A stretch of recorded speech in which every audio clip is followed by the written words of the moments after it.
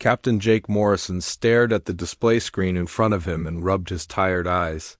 The coffee had gone cold hours ago, but he kept sipping it anyway. 20 years of scouting the frontier had taught him that boring missions could turn deadly in seconds. The UES Ranger hummed quietly around him as it moved through the dark space between stars. "Captain, we're coming up on the jump point for Kepler 442, said Lieutenant Amy Rodriguez from her position at the tactical station. Her voice carried the slight accent of someone who had grown up in the Mars colonies. She was young but good at her job. Morrison had requested her for this mission because she could think fast when things went wrong. "Any word from command about what we're supposed to find out there?" asked Chief Engineer Lisa Park. She was leaning against the bridge doorway with a wrench in her hand and oil stains on her uniform. The Ranger was an old ship and Park spent most of her time keeping it running. She was the best engineer Morrison had ever worked with. "The usual," Morrison replied. "Strange energy readings, possible alien technology. Probably just some old junk floating around from a dead civilization." He stood up and walked to the main display. "But we check it out anyway. That's what scouts do." Sergeant Pete Collins looked up from cleaning his rifle. The Marine was a big man with scarred hands and a quiet way of talking. His squad of 8 Marines was small, but they were all veterans. Collins had been with Morrison for 3 years and never complained about the dangerous assignments they got. "How far out are we from the nearest backup?" Collins asked. 3 jumps back to the closest Colonial Defense Force patrol, Rodriguez answered. 4 days if we send a message now and they come running, Morrison nodded. That was normal for Scout missions. They went places where nobody else wanted to go, and they went alone. The Ranger carried only 12 crew members total. Besides Morrison, Rodriguez, Park, and Collins, there were 8 Marines, a medic named Dr. Kevin Walsh, and a communications officer called Jimmy Chun. The ship shuddered slightly as they approached the jump point. Park frowned and looked at her readings. "Jump drive is running a little hot, but nothing serious." "We're good to go." Morrison settled back into his captain's chair. "Take us through." The stars outside the viewport stretched into lines of light and then snapped back to points. They were in the Kepler 442 system. Morrison immediately knew something was wrong. The space around them was full of ships. "Holy hell," Rodriguez whispered. Her fingers flew over her control panel. "Captain, I'm reading over 200 contacts. They're all around the 4th planet." Morrison felt his stomach drop. 200 ships was not some ancient alien ruin. That was a fleet, a very large fleet. And it was not human. "Can you tell what they are?" he asked. Rodriguez worked frantically at her station. The Ranger's sensors were designed for exploration, not military intelligence, but they were good enough. "The hull configurations don't match anything in our database. Energy signatures are completely unknown. Captain, these are definitely not human ships." Park appeared on the bridge at a run. "I'm reading massive energy generation from that fleet. Some of those ships are the size of small cities. Whatever they're doing over there, it's big." Morrison studied the tactical display. The alien ships were arranged in a complex formation around a gas giant. Smaller vessels moved between the larger ones like insects around a hive. It looked organized. It looked military. "Collins, get your people ready," Morrison ordered. "Rodriguez, I want passive scans only. Don't let them know we're here." The Marine sergeant nodded and left the bridge. Morrison could hear him talking to his squad over the comm system. The Marines would be checking their weapons and equipment. They had no idea what they might be facing. "Captain," Rodriguez said quietly, "I'm picking up construction activity around the gas giant. It looks like they're building something big. Some kind of base or station?" Morrison moved to look over her shoulder at the sensor readings. What he saw made his blood run cold. The aliens were not just passing through. They were setting up a permanent presence. The energy readings showed massive industrial activity. They were building weapons platforms, shipyards, and what looked like staging areas for military operations. "How long do you think they've been here?" Morrison asked. "Based on the construction progress, maybe 2 weeks," Rodriguez replied. But Captain, look at this. She pointed to a section of her display. Those ships in the center of the formation. They're not construction vessels, they're warships. Big ones. Morrison studied the tactical display more carefully. The alien fleet was arranged in a classic invasion formation.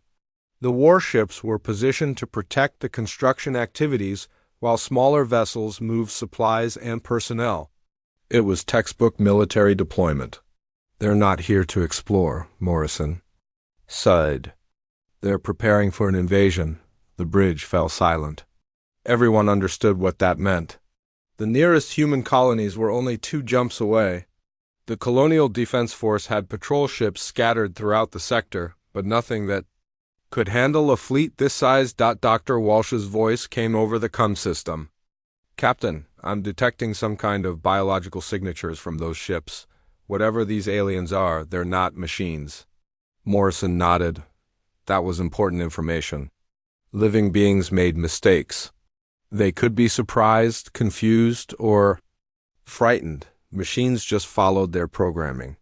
Rodriguez, can you get a message back to command? Morrison asked. Not without revealing our position, she replied. Our communications array would light up every sensor in that fleet. They'd know we're here. Morrison walked to the main viewport and looked out at the alien fleet. They were too far away to see individual ships, but he could make out the glow of their engines and the lights of their construction activities. The aliens were working fast. Whatever they were building would be finished soon. Captain, Park said from her engineering station, I'm reading some kind of energy buildup in the alien fleet. It looks like they're powering up weapons systems. Morrison felt a chill run down his spine. Are they targeting us? No, sir, Rodriguez replied. They're running what looks like weapons tests. But Captain, the energy levels I'm seeing are off the charts. Those ships could slag a planet, Morrison made his decision. The aliens were preparing to invade human space. By the time he could get back to report to command, the invasion would already be underway. The nearest human colonies would be defenseless. Millions of people would die. Collins, Morrison called over the comm. How fast can your people be ready for a boarding action? There was a pause. Captain, boarding action against what? An alien fleet that's about to invade human space, Morrison replied. We're going to stop them. The bridge was silent for a long moment. Then Collins's voice came back, steady and calm. Give me 10 minutes, Captain. We'll be ready. Morrison looked at his small crew. 12 people against 200 alien warships. Any sane person would call it suicide. But Morrison had not spent 20 years on the frontier by being sane. He had spent it by doing whatever needed to be done. Rodriguez, plot an attack course, Morrison ordered. Park, I want everything you can give me from the engines. We're going in. The Ranger moved through space like a ghost. Morrison had ordered all non-essential systems shut down to reduce their energy signature. The ship ran on minimal power while they approached the outer edge of the alien fleet. Rodriguez monitored the tactical display with nervous precision while Park worked to squeeze every bit of performance from their aging engines. Captain, I've identified what looks like their command structure, Rodriguez whispered. Even though they were in the vacuum of space, everyone spoke quietly. 3 large ships in the center of the formation. They're coordinating all the smaller vessels. Morrison studied the display. The alien fleet was arranged in concentric circles around the gas giant. The smaller ships formed the outer ring while the massive warships sat in the middle like sleeping giants. It was a defensive formation that assumed complete superiority. The aliens had no idea humans were even in the system. What about their sensors? Morrison asked. Primitive, Rodriguez replied. They're using basic electromagnetic scans. Our stealth systems are 50 years more advanced than anything they have. Collins appeared on the bridge with his Marines. They wore full combat armor and carried enough weapons to fight a small war. The Marine sergeant looked calm, but his eyes showed the tension they all felt. Captain, we're ready for whatever you have in mind, Collins said. Though I have to ask, what exactly are we going to do against 200 alien warships? Morrison pointed to the tactical display. We're going to cut off the head of the snake. Those 3 command ships control the entire fleet. Without coordination, the rest of the ships will be lost. Dr. Walsh joined them on the bridge.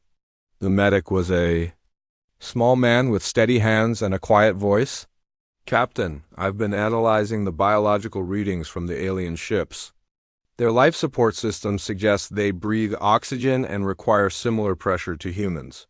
My medical supplies should work on them if we take prisoners. Good to know, Morrison said. But I doubt we'll be taking many prisoners. Park looked up from her engineering console. Captain, I've been thinking about our reactor. It's an old fusion drive, but it's still got enough power to level a small city if it goes critical. Morrison understood what she was suggesting. How long would you need to rig an overload? Give me 20 minutes and I can turn this ship into the biggest bomb in the system, Park replied. But once I start the process, we won't be able to... Stop it. The bridge fell silent. They all knew what that meant. Morrison was asking them to turn their ship into a suicide weapon. They would have one chance to strike at the alien fleet before the Ranger exploded. There's another option, Rodriguez said quietly. I've been studying their communication patterns. If we can get close enough to their command network, I might be able to introduce a virus into their systems. Morrison nodded. How close? Close enough to dock with one of their ships, Rodriguez replied. I would need direct access to their computer systems. Collins checked his rifle. Sounds like a boarding mission to me. Morrison looked at his crew. They were volunteers, all of them. Nobody had forced them to join the Colonial Scout Service.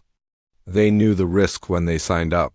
But this was different. This was certain death. I want everyone to understand what we're doing, Morrison said. This is not a rescue mission. There's no backup coming. We're going to attack a fleet that outnumbers us 200 to 1. Most of us probably won't survive. Jimmy Chun, the communications officer, spoke up from his station.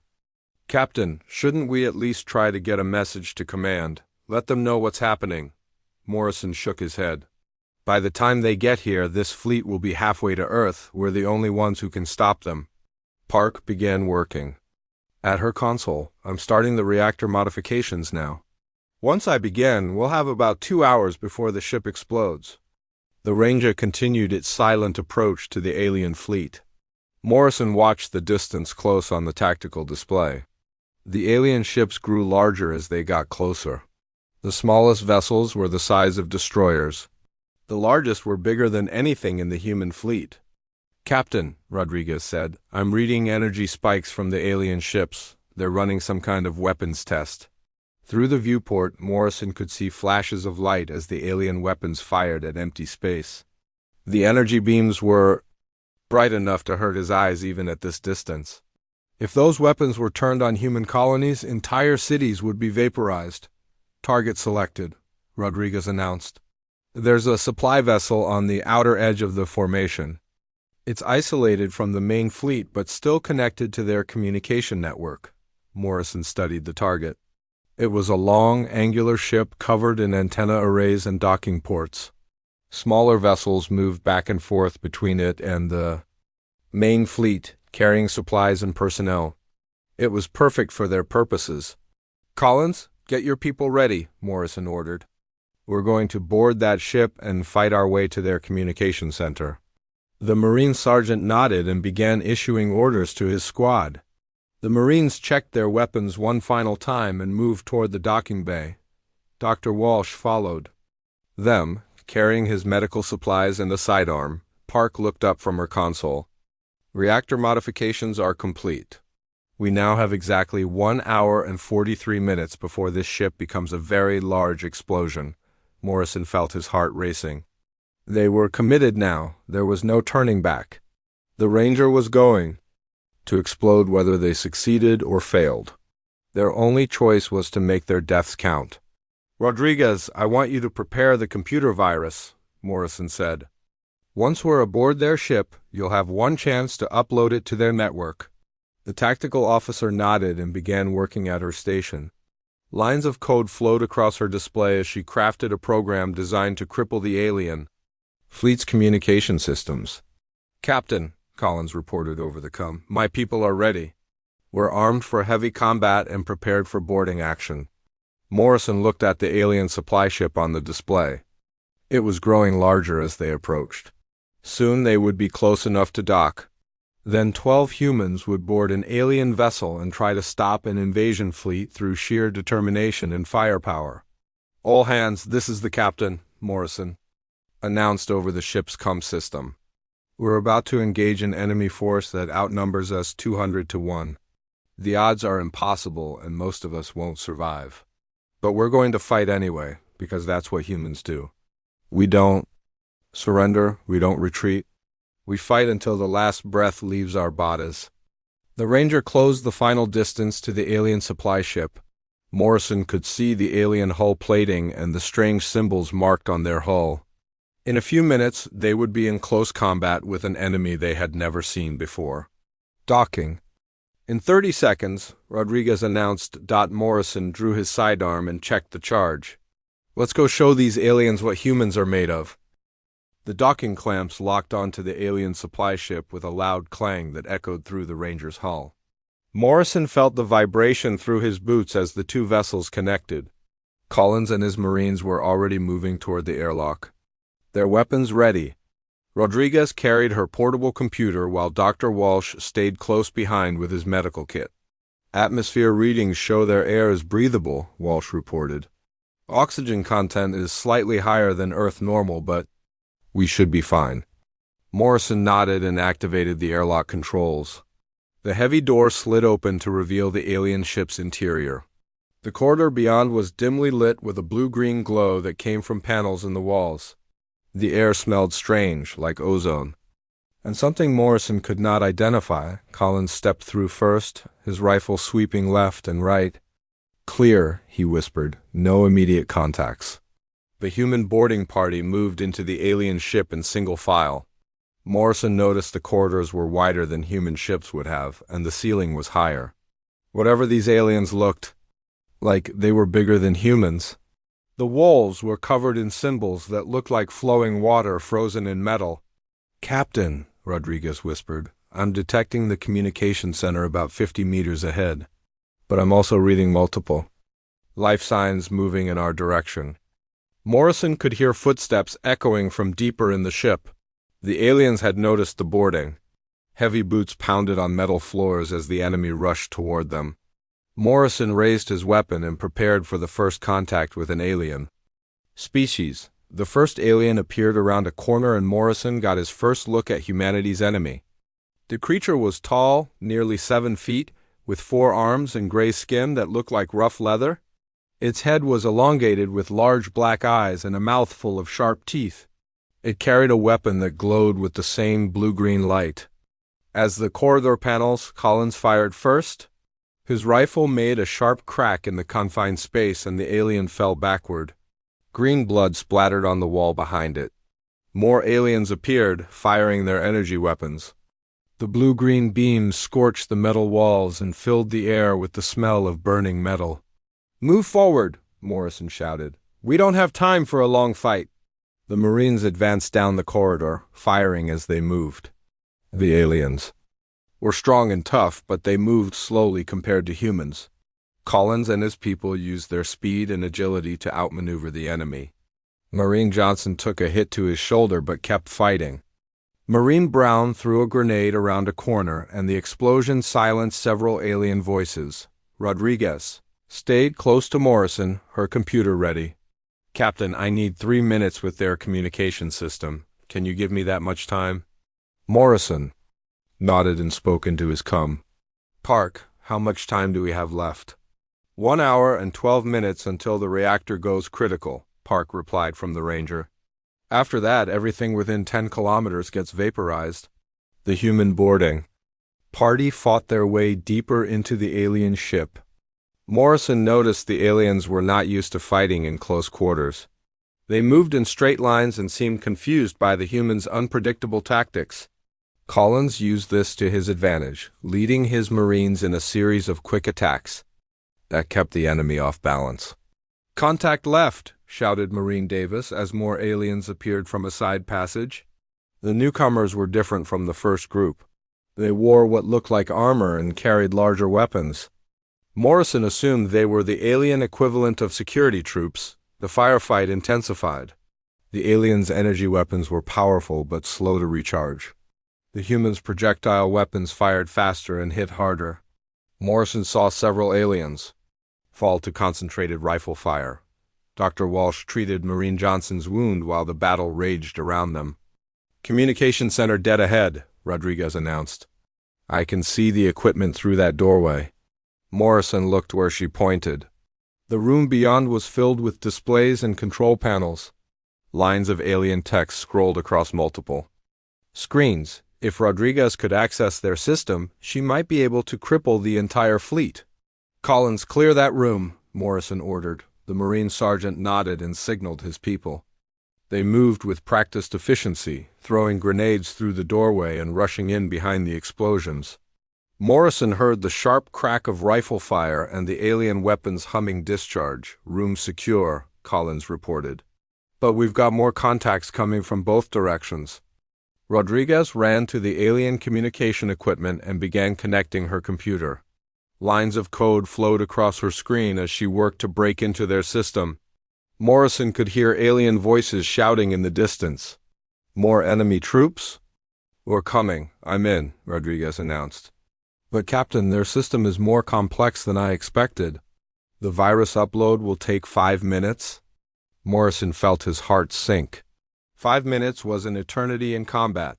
The aliens were already organizing a counterattack. He could hear them moving through the corridors, cutting off the humans' escape route. "Johnson, Brown, hold the left corridor," Morrison ordered. "Davis, Wilson, take the right. Collins, you're with me. We hold this room until Rodriguez finishes." The battle became desperate. Aliens attacked from multiple directions while the humans fought from their position in the communication center. Marine Wilson took a direct hit from an alien energy weapon and fell. Dr. Walsh worked frantically to save him while the battle raged overhead. "Upload at 60%, Rodriguez reported. Her fingers flew over her keyboard as she worked to complete the virus injection. Sweat ran down her face despite the cool air in the alien ship. Morrison fired his weapon until the power cell ran dry, then switched to his backup. The alien attacks were becoming more coordinated. They had brought up heavier weapons and were starting to break through the human defenses. "Captain," Park's voice came over the comm, "I'm reading massive energy buildups throughout the alien fleet. I think they're preparing to move out." Morrison realized what was happening.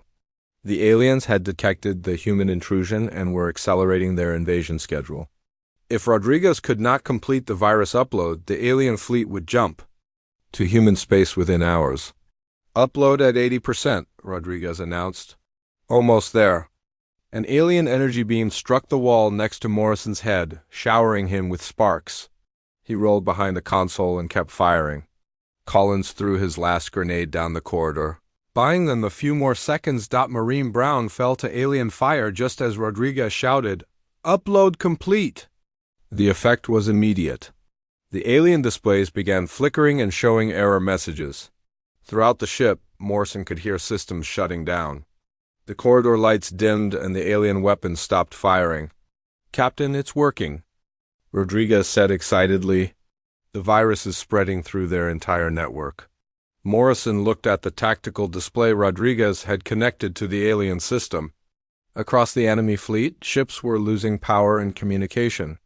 The coordinated formation was breaking apart as individual vessels lost contact with their command structure. "Time to go," Morrison announced. "Everyone back to the Ranger." The surviving humans fought their way back through the darkened alien ship. The virus had disabled most of their systems, but individual aliens still tried to stop them. Collins and his remaining Marines covered the retreat while Dr. Walsh helped the wounded. They reached the Ranger just as Park announced, 30 minutes until reactor explosion. "All hands prepare for immediate departure." Morrison was the last person through the airlock.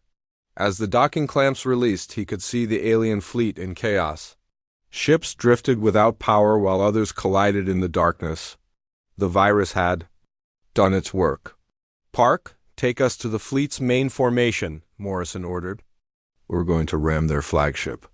The Ranger accelerated toward the center of the alien fleet. Morrison could see the massive command ships ahead, their hulls dark and lifeless. The virus had reached them, too. 10 minutes to reactor critical. Park announced, "This is going to be a hell of an explosion." Morrison smiled grimly. 12 humans against 200 alien ships. The odds had been impossible, but they had won anyway. Fleet Admiral Kethver stood in the command chamber of the Hegemony flagship and watched his invasion fleet die. The massive viewscreen showed dozens of ships drifting without power while others collided in the darkness of space. Emergency lights flickered throughout his own vessel as the computer virus spread through every system. "Report," Kethver commanded in the clicking language of the Zephyrian people. His forearms gestured angrily as he spoke. 20 cycles of military service had never prepared him for anything like this. Commander Velthus approached with data, tablets clutched in his lower arms. The intelligence officer's gray skin was darker than usual, a sign of extreme stress among their species. "Admiral, we have lost contact with 70% of the fleet. The remaining ships are operating on emergency power only." Kethver's black eyes narrowed. "How is this possible? We detected only one small vessel in the system. Our sensors showed no signs of a major enemy force." "That is correct, Admiral," Velthus replied. "Our tactical analysis confirms the presence of a single human ship. Mass approximately 800 tons. Crew estimated at 12 individuals." The Admiral's mandibles clicked together in confusion. 12 individuals had crippled an invasion fleet of 200 ships. It was impossible. The Zephyrian military had conquered 17 worlds through overwhelming force and superior numbers. No species had ever withstood their assault. "Show me the battle recordings," Kethver ordered. The main display flickered to life with images. From the supply ship Gethmore. The Admiral watched as human soldiers moved through the corridors with fluid grace. Their weapons were primitive kinetic projectiles, but they fired with deadly accuracy. The humans moved like water, flowing around obstacles and striking from unexpected angles. "Pause the recording," Kethver said. He studied the image of a human soldier. The creature was smaller than a Zephyrian, but it moved with a speed that seemed impossible. "These beings fight differently than any species we have encountered." Velthus activated his data tablet. "Admiral, I have completed my analysis of the human tactical doctrine. They do not follow conventional military patterns. Each individual makes independent decisions during combat. They adapt to changing conditions, without waiting for orders from their commanders." Kethver had spent decades studying military strategy. The Zephyrian way of war was based on rigid hierarchy and predetermined battle plans. Every soldier knew their role and followed orders without question. The idea of individual initiative was foreign to their culture. "Continue the recording." The Admiral ordered. The display showed the human boarding party fighting their way to the communication center. Kethver watched in fascination as the humans used tactics that violated every principle of Zephyrian military doctrine. They took risks that no sane commander would approve. They improvised solutions to problems that should have required hours of planning. "Admiral," Velthus said quietly, "observe how they protect their wounded. The human medical officer continues to treat casualties even while under direct fire." Kethver saw the small human medic working frantically to save his injured comrades. In Zephyrian culture, the wounded were abandoned during combat. Resources were not wasted on those who could no longer fight. But the humans risked their lives to save every member of their unit. "They fight as a single organism," Kethver observed. "Each individual supports the others without being ordered to do so." The recording showed the female human working at the communication console while the battle raged around her. She ignored the weapon's fire and focused entirely on her task. Her companions died to protect her while she completed the virus upload. "Admiral," Velthus said, "the virus they introduced is unlike anything in our database. It appears to be specifically designed to target our command and control systems. They created this weapon during the battle itself. Kethver felt a chill run through his body. The humans had analyzed Zephyrian technology and created a countermeasure in a matter of minutes.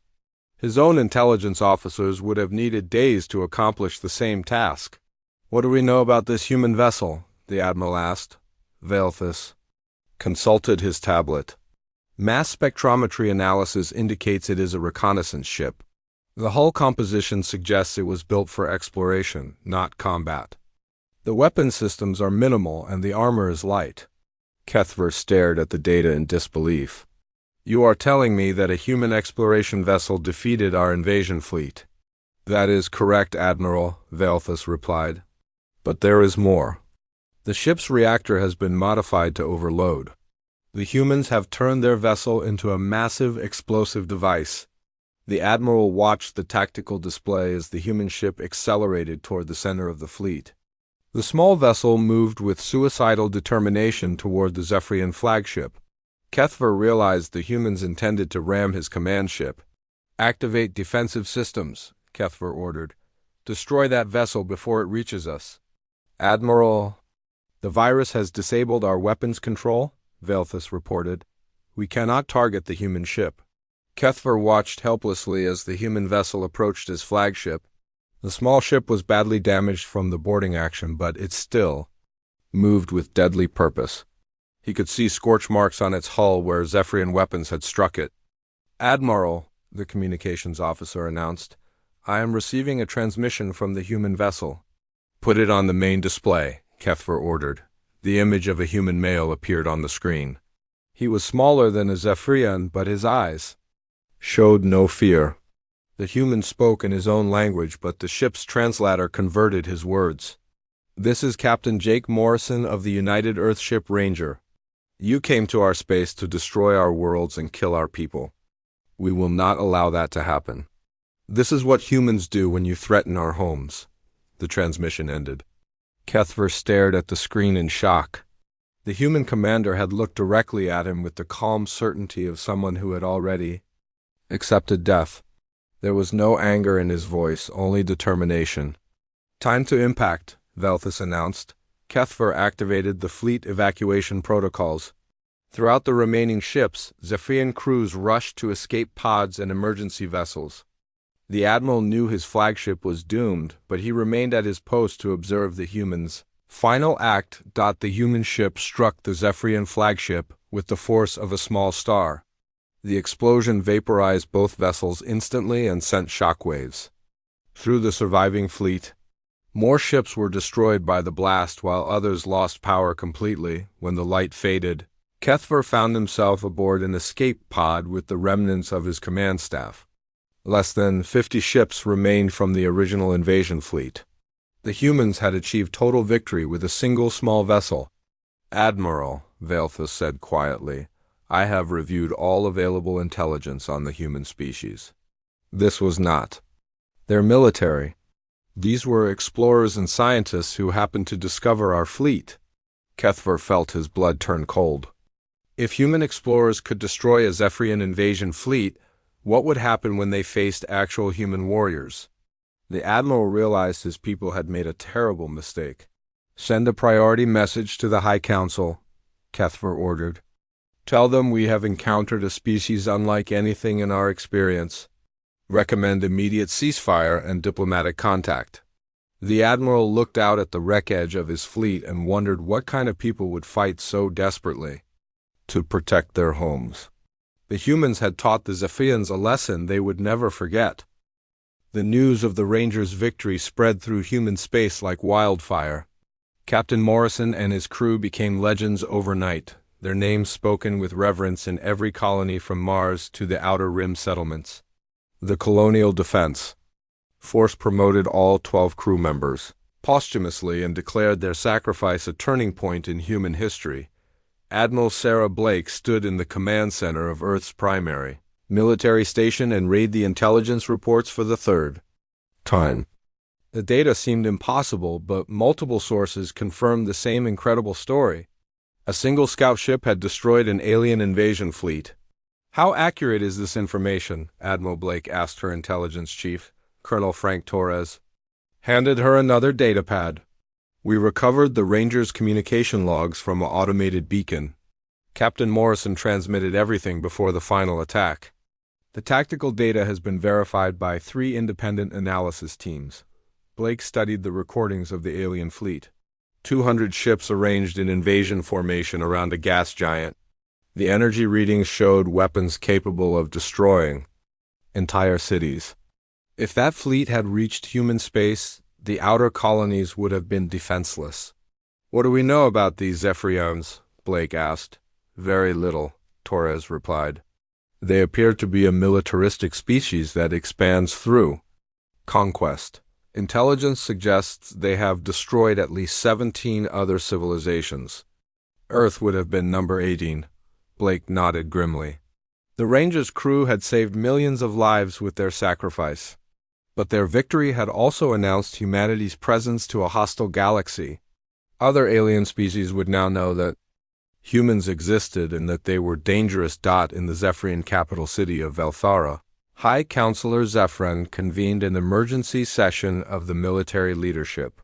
The massive chamber was filled with the Empire's most experienced commanders, all trying to understand how their invasion fleet had been destroyed.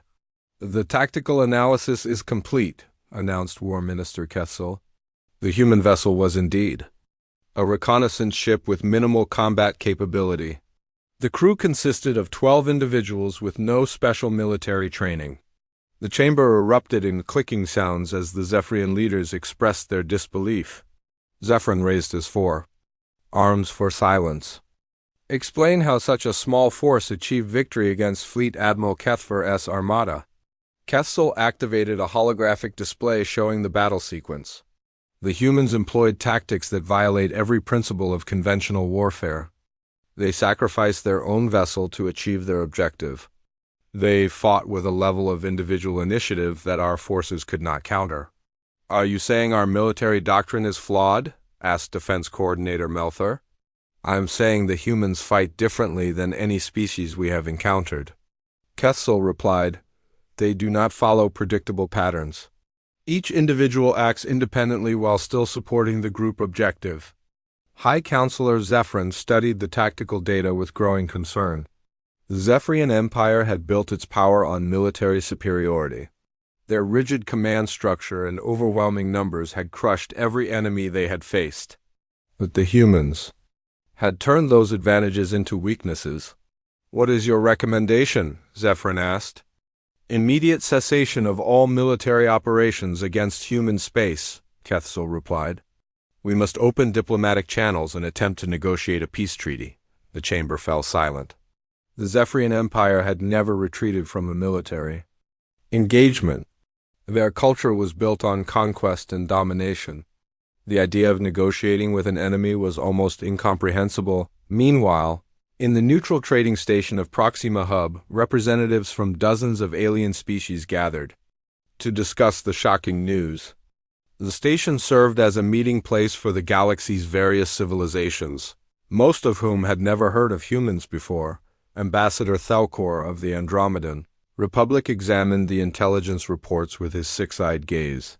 "These humans destroyed a Zephyrian invasion fleet with a single vessel," he announced to the assembled delegates.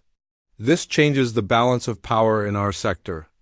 The representative from the Vegan Confederacy, a tall insectoid creature named Hivelex, clicked her mandibles nervously.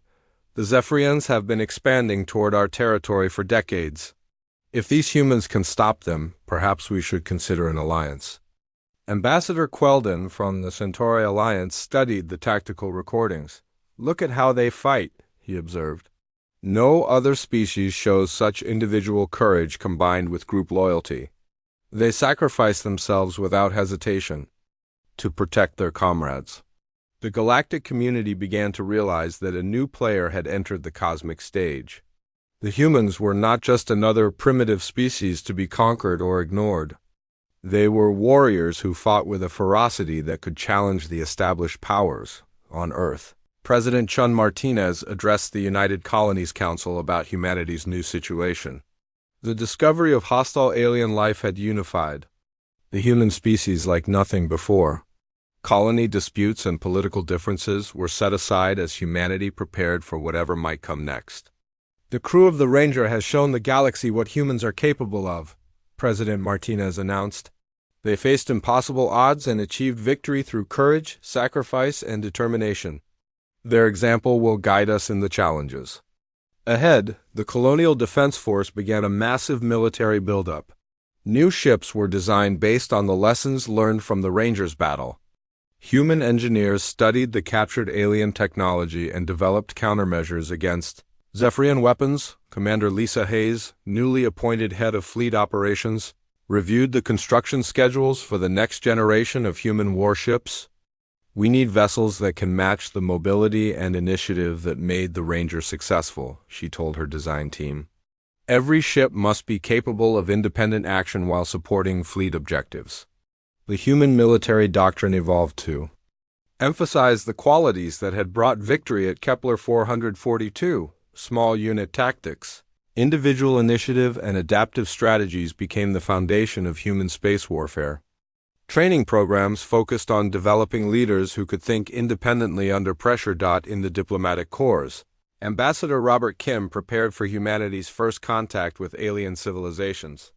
The Rangers' victory had opened doors that might have remained closed for centuries. Several alien species had expressed interest in establishing relations with the human government. We have a unique opportunity, Ambassador Kim reported to the president. The galaxy sees us as a species that can stand up to aggressors like the Zephyrians. Smaller civilizations want our protection, while larger empires want to avoid our hostility.